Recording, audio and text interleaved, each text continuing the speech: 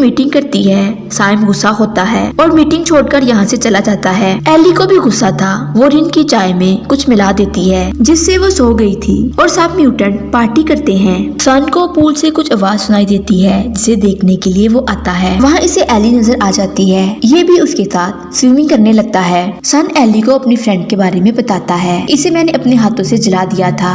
मेरी वो बहुत अच्छी फ्रेंड थी। एली वहाँ से गायब हो जाती है, लेकिन असल में एली अपने रूम में थी। सन की फ्रेंड पीछे से आकर इसे पकड़ने लगती है। ये बहुत डर गया था। सन का अपनी पावर पर कंट्रोल भी नहीं रहता। इतने में रिन की आंख खुल जाती है। इसने सन को आकर बचा लिया था। सन कहता है कि एली मुझे मारना चाहती थी, लेकिन रिन उसे बताती है एली पूल में नहीं है, बल्कि वो तो अपने रूम में थी। रिन डैनी का ट्रीटमेंट स्टार्ट कर देती है। वो डैनी की पावर को जानना चाहती थी, इसलिए वो इसे इंजेक्शन लगा देती है।